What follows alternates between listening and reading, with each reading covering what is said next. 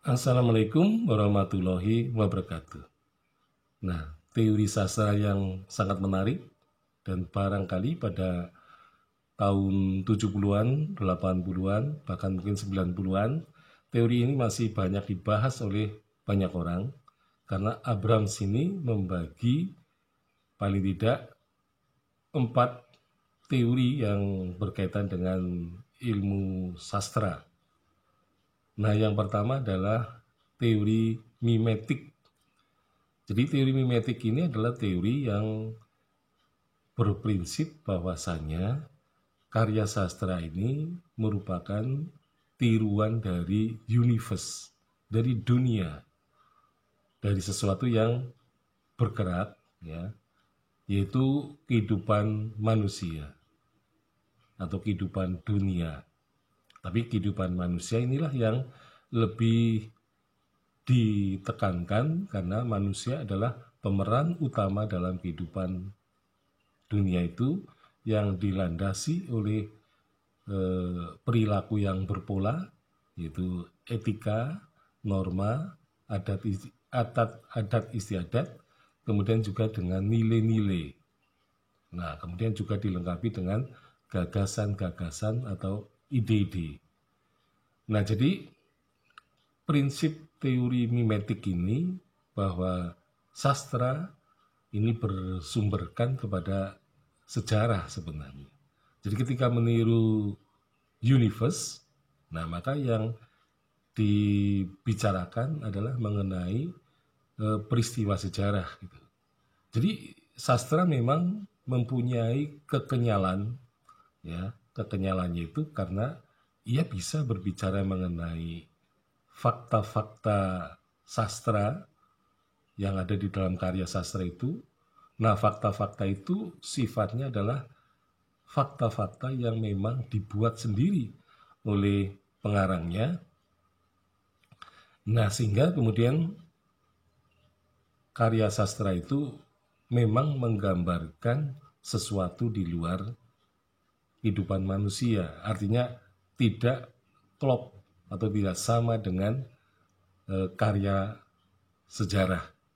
Nah, tetapi seorang penulis karya sastra, ia pun sebenarnya ingin menulis apa yang dilihatnya, ya, di dalam universe itu.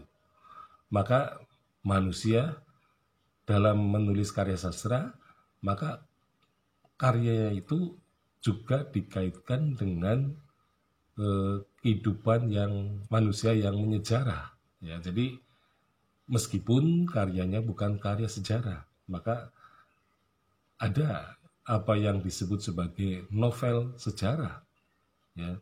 Tapi ada juga novel yang non sejarah. Nah, jadi novel sejarah ini pada prinsipnya berkaitan dengan universe.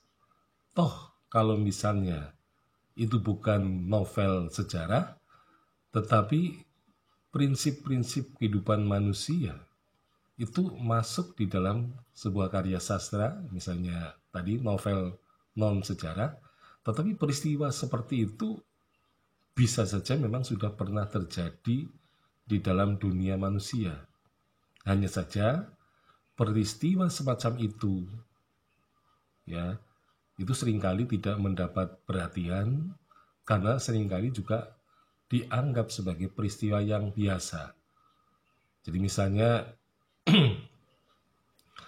ada novel yang mengangkat kehidupan manusia di pedesaan, ya.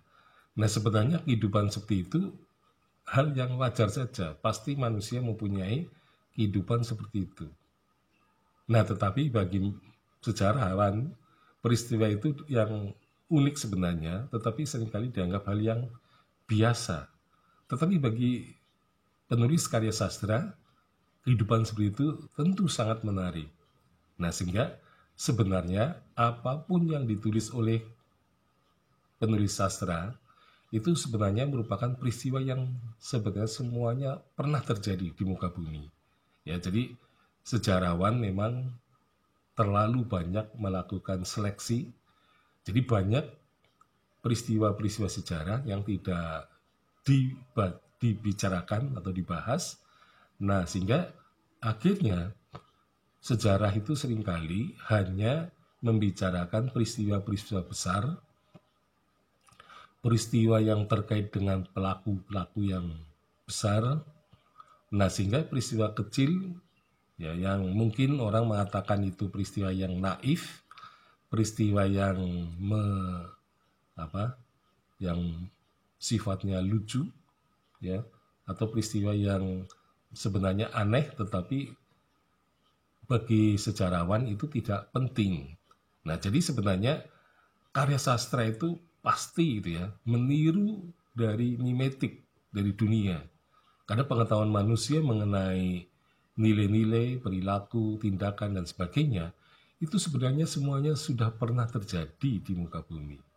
Jadi manusia hanya menuliskan kembali, ya, jadi dalam bentuk sastra, karena peristiwa yang sudah terjadi itu sifatnya sudah sangat lama. Nah, karena lama, maka penulis sastra sudah tidak lagi mengetahui peristiwa itu terjadi kapan dan juga di mana. Tapi hakikat cerita atau narasinya itu adalah narasi kehidupan manusia yang sudah pernah terjadi pada masa lampau.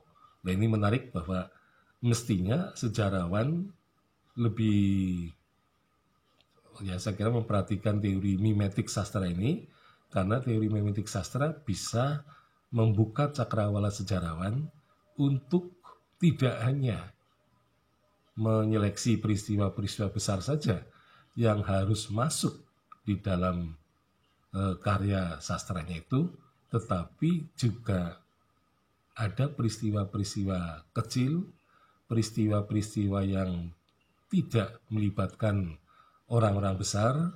Nah, sehingga sejarah menjadi lebih detail dan juga lebih mendalam.